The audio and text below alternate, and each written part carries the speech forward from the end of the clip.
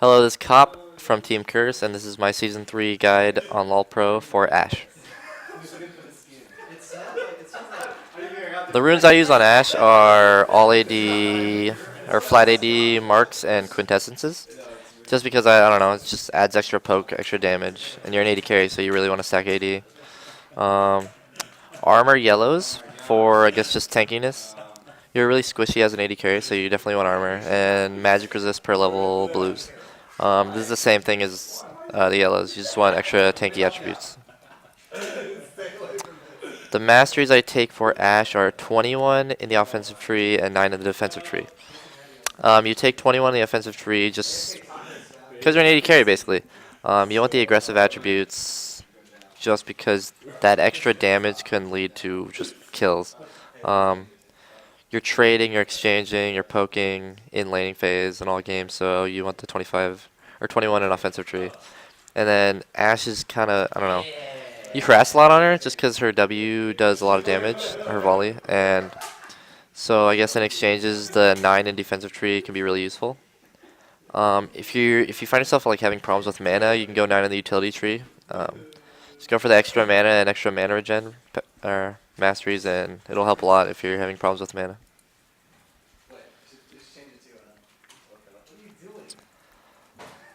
Right now I build Ashe. Wait, fuck.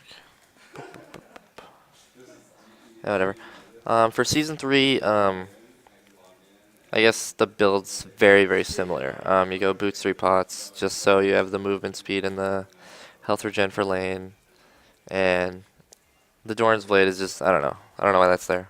That was honestly, I haven't updated this in a long time, but most of the build stays the same. Into mid game, you want to build Infinity Edge first. I don't really like BT because it's just not enough damage on Ashe. Followed up with a Phantom Dancer, and followed that up with a QSS. Ashe is kind of, I don't know, slow and she has no escape, so having a QSS to, I don't know, get rid of a CC is really useful. And later on I could build into a Mercurial Scimitar. Um, I've been looking into the new patch, and the Black Cleaver is actually better than Last Whisper, so pick up a Black Cleaver next. And then finish off the build with a Bloodthirster. And here's the build if you want to, I don't know, start Bloodthirster first. If you can get it fast enough, it's worth it.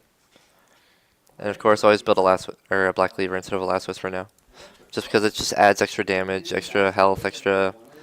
It's even more armor reduction. It's just a lot better than Last Whisper right now.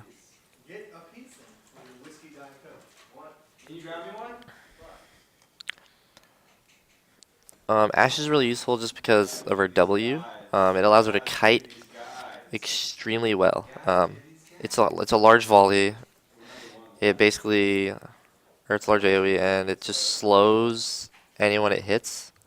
And it's like a 4-second cooldown if you have blue buff or something at level 5. Her Q, her Frost Arrow, it's really useful for kiting and chasing. If you're being like chased by an Ashe and you're just getting Frost Arrowed, you're not gonna escape unless you have an ability that can help you get away, or flash. Her Hawk Shot's really useful. You get extra gold per CS, and it's like a free clairvoyance, so it can be really useful in some situations. You don't really have to like face check into things. You can scout out Baron for free. And the main thing about Ashe is her ultimate, her Enchanted Crystal Arrow. It's a global, and whoever it hits, it's like a 5-second stun depending on the distance.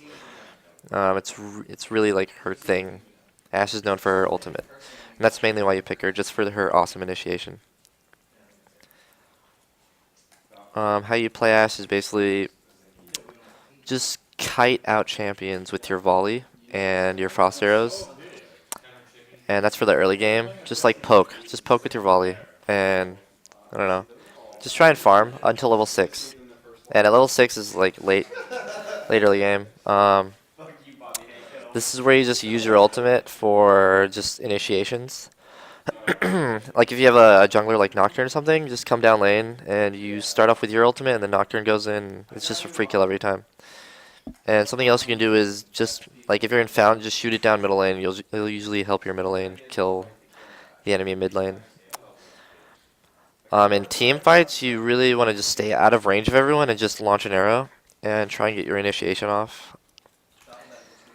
It's basically like just a free initiate. Your team always know what's happening if you hit the arrow, and they'll have like an easy focus target.